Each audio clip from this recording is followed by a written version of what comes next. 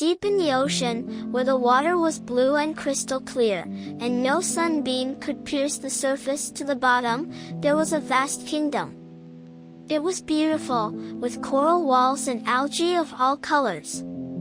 All the ocean creatures lived peacefully together, small and big fish, plants, sea urchins, and mermaids. The Mer King had 5 daughters. His mother helped him rule the kingdom and raise the girls, because his wife had died many years before. Everyone in the kingdom followed the rules, and that's why they all lived well. One of the rules stated that no mermaid could go near the water's surface until she turned 15 years old. Until then, she had to stay in the kingdom to be safe. The king's eldest daughter was about to turn 15. The youngest, who longed the most to see the world above, had to wait 5 years more. She would sit for hours in her garden, the girls each had their own gardens, and imagine all that fun she'd have on the surface. In the center of her garden, there stood a marble statue of a human prince. She had found the statue on the ocean floor, and liked it so much that she even talked to it. Their granny would tell them stories about all the beautiful things above the ocean. She always made sure to add that the most wonderful things that could be found were in fact not above, but right here in their watery home. But the little mermaid still couldn't wait to see the world above. Time passed and the youngest was about to turn 15, too. For years she had listened to her sister's stories about what it was like up above. Her eldest sister was 5 years older. On the day of her 15th birthday, she had returned from the surface with stories of a night sky filled with stars and constellations of the gods. The other sister had seen a magnificent colorful sunset. The third one had swum toward shore and found tall green trees and towering cliffs. The fourth liked to swim in winter to see large glaciers and walruses. While all the other sisters had started to get bored of that other world, the youngest hadn't even tried it yet. Humans were something she wanted to see the most, and above all to see them walking. As she was wiping tiny algae off her marble statue, she would examine the prince's legs and wonder what it must feel like to have a pair of them. On the day of the little mermaid's first journey to the surface, her grandmother gave her a big hug, put a wreath of flowers on her head for the special occasion, and decorated her tail with exquisite pearls. "Oh, you've grown up so fast, my little girl," said her father. She just smiled back at him as it felt to her as though it had taken ages for that day to come. "Look how beautiful you are," her grandma said, putting the last pearl on her tail. The little mermaid was all excited. She swam as fast as she could, her pearls clicking against each other as she swiftly approached the surface. She broke through and looked around in amazement for a whole minute before joy swept over her and she started jumping cheerfully out of the water and whooping. Dolphins, hearing her happy laughter, swam over and joined her dancing. It was even better than she'd dreamed. After a while, she noticed a ship and headed for it. Grandma had warned her that the ship might be dangerous, but she couldn't miss the chance to catch a glimpse of a real human being, legs and all. Having got closer, she saw crowds of people on the deck. It looked like a celebration. Carefully she swam around, and she suddenly noticed a little window on her level. Inside, a boy with a crown was sitting in a room, stretching his glorious legs out. She stared, unable to take her eyes off him. He was beautiful. And he looked exactly like the prince statue in her garden. The little mermaid stayed, watching the party unfold. A good spirit was in the air. But at midnight, under a dark sky, they shot off fireworks. The little mermaid ducked under the water to hide as she'd never seen anything like that before. When she peeked back up, she saw the most beautiful colors and patterns, like the humans were creating their very own constellations. Then, suddenly, the sky clouded over and a bolt of lightning struck. A storm was starting. At once, waves crashed against the ship, which was barely standing in the strong wind. Another strike of lightning broke the main mast in two. Water splashed over the deck and the raging sea split the ship in half. The ship was a wreck, and the people were scattered all around in the dark churning water. The little mermaid was terrified, but still wanted to save the prince. Without a thought, she swam through the wreckage. And when she found him, she took him in her arms and carried all the way to the shore. She put her head to his chest. He was still breathing. Sadly, knowing well that she couldn't stay out of the water, she gently kissed his forehead and hid behind a rock. She kept an eye on him from behind the rock until dawn. Then a group of people came and found him. One of them happened to be a very pretty princess. As soon as the prince opened his eyes and saw her, he smiled warmly and said, "My angel, you saved my life. I will be grateful to you until my last breath." The little mermaid felt sorrowful. She was the one who saved the prince, but she couldn't let out a sound. She just sat there and sobbed quietly. The prince's smile belonged to her and she knew it. When the group and the prince disappeared from the rocky shore, the little mermaid swam back to her kingdom. When she returned disappointed, she went straight to the garden and sat quietly by the statue. Upon her return, her curious sisters immediately began peppering her with questions. "What did you see, little sister? Did you like it out there?" And then, noticing her face, "Why are you so sad?" At first she didn't want to reveal to her sisters the truth, but the little mermaid trusted them. They were very caring, and it was a relief to tell them about the prince. The eldest knew where to find him. The prince had a vast kingdom next to the ocean. Suddenly the little mermaid had hope. The next day she went to have a look at the prince, and every day after that she returned to watch him from afar. Slowly but surely, she began to feel that she knew him, and soon she realized that she had fallen head over tail in love with him. One day, there was a great celebration in the ocean realm. All 5 sisters dressed up and combed their beautiful long hair. They could cover themselves in it as if it were silk. The eldest had hair red as flames, the second black as coal, the third gray as silver, and the fourth brown as chestnuts. The youngest daughter had locks that looked like gold. They were all well known for their beautiful voices, and their father had made sure that they would sing at the celebration. The youngest mermaid sang first, and it was the most beautiful song of all. Everyone was having a wonderful time, but all the little mermaid could think about was her prince, and she felt absolutely miserable. If only the prince knew I existed, she thought. I would give anything to spend even one day by his side. Suddenly it occurred to her. She remembered there was an old sea witch who lived deep in the dark gorge. It was full of black mud and sea snakes that lurked in the shadows, waiting for anyone daring to swim by, but the little mermaid knew the witch was the only one that could help her. And so she snuck away from the celebration and swam into the deep, dark ocean until she reached the witch's caves. It wasn't easy to get to the witch, and there were lots of obstacles on the way. However, the dangerous journey didn't scare the girl.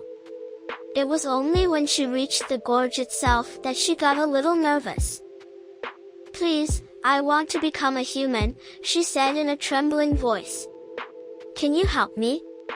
"I know why you are here, dearest," the witch replied. "You want a prince to fall in love with you and marry you. Then you can have an immortal soul that will exist even after you die. The little mermaid hadn't known that humans had everlasting souls, unlike her kind. Mermaids lived long, for 300 years, but when they died, they changed into sea foam and vanished without a trace. She just wanted the prince to love her, but an immortal soul sounded kind of nice, too. Well, the witch said, looking at the mermaid. It's possible, of course. But there's a catch. Once your tail turns into two poles called legs, every time you step on the ground it's going to feel like 100 needles are poking into your feet. And that's not all. If the prince marries another woman, their first morning together will be your last and your life will end. And lastly, once you become a human, there's no way back. You won't ever be able to return to the ocean. Do you still want it? The little mermaid didn't hesitate. Yes. I'm ready to do anything for him. Well, alright, then. Oh, I should mention that it's going to cost you a little something. You just have to give me your voice. My voice? The mermaid didn't believe her. But how then would I talk to the prince and tell him I love him? Well, you'll have to charm him in some other way. I'm afraid this is non-negotiable, dear. No voice, no legs. The little mermaid felt as though she already couldn't speak. She nodded, then looked up at the witch and said, firmly, all right. I'm ready. The witch began to cook a magical elixir that bubbled ominously. Once it was ready, she bottled it up and gave it to the girl with instructions. The underwater kingdom was still and quiet when she returned. Everybody was asleep. Quietly, she kissed her dad, grandma, and sisters goodbye, and then she swam up to the surface near the prince's castle. When she got to the shore, she climbed out onto the sand, drank the elixir, and fell asleep. When she woke up, she wasn't a mermaid anymore. She felt a hand on her arm, and when she opened her eyes she saw the prince leaning over her, a worried look on his face.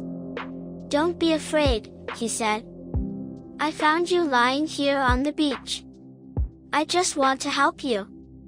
She wanted to assure him she wasn't afraid, that she was the one who had saved him, but no sound came out. She had no voice. The prince took her to his castle and had a beautiful dress made for her. She was a lovely girl now, but every step she took hurt like 1,000 needles were being driven into her feet. When she looked at the prince, though, all her pain and worries melted away. As time passed, the little mermaid and the prince became wonderful friends. The pain in her legs was more bearable now, and it reminded her how much she missed her family. Still, she never regretted losing her voice, nor exchanging her previous life for the one she had now. Every day here was exciting. The prince showed her places, took her to feasts and celebrations, horseback riding and sailing. Over time, as her feelings for him grew stronger, she tried over and over again to make him recognize her as the girl who had saved him, but he never did. And then, one summer night, as they were watching stars together, he told her a secret. On the night I turned 18, he said, my ship got caught in a huge storm and almost everyone on board perished. I washed up on shore, but all I remember is that a beautiful princess saved me. She was there when I woke up and I fell in love with her the moment I saw her. Ever since I have cherished hope of meeting her again to ask her to marry me, but fate has never let me, so I've decided to act. Please, would you come and search for her with me? We will travel to all the kingdoms I know. I have to find her. Except for her, you are the closest to my heart, and I need you by my side on this journey. The little mermaid didn't know what to do. She tried one more time to tell him that she was the girl who had saved him, but he didn't notice or understand. So, finally, she nodded and left with him to search for the princess he was in love with. They had sailed for weeks and visited 4 kingdoms when they finally arrived at the most distant kingdom the prince knew. He had almost given up hope of finding the princess, and the little mermaid was finally beginning to feel that it wasn't over for her yet. But when they arrived at the kingdom, the prince finally saw the girl he'd been looking for. Little did he know that, at that moment, he had sealed his friend's fate. Soon, the day of the wedding had been chosen. There was nothing the little mermaid could do to change it. She could have tried to tell the prince one more time that he had the wrong girl, but he was so happy that the mermaid didn't want to spoil it. All she could do was watch silently and pretend that she was glad for the prince. All throughout the wedding ceremony, she held the bride's white train and smiled through tears. Before long, the ceremony was over, and when the evening came, the little mermaid excused herself and went for a walk on the beach. She knew that in the morning, she would no longer be alive. Suddenly she heard the soft hum of voices calling her closer to the ocean. She walked to the edge of the sea and saw her beloved sisters, but something was wrong. All their beautiful hair was cut short. "The witch told us everything," they said. "She says you have given up everything for the prince, and that you'll soon die because he married someone else. We made a deal, though, and we gave her our hair in exchange for this magic dagger. All you have to do is stab the prince in the heart with it, and then your tail will grow back and you can stay alive. It's either your life, or his. Please, little sister, do it." They held out the dagger and hummed, "Do it, please, do it."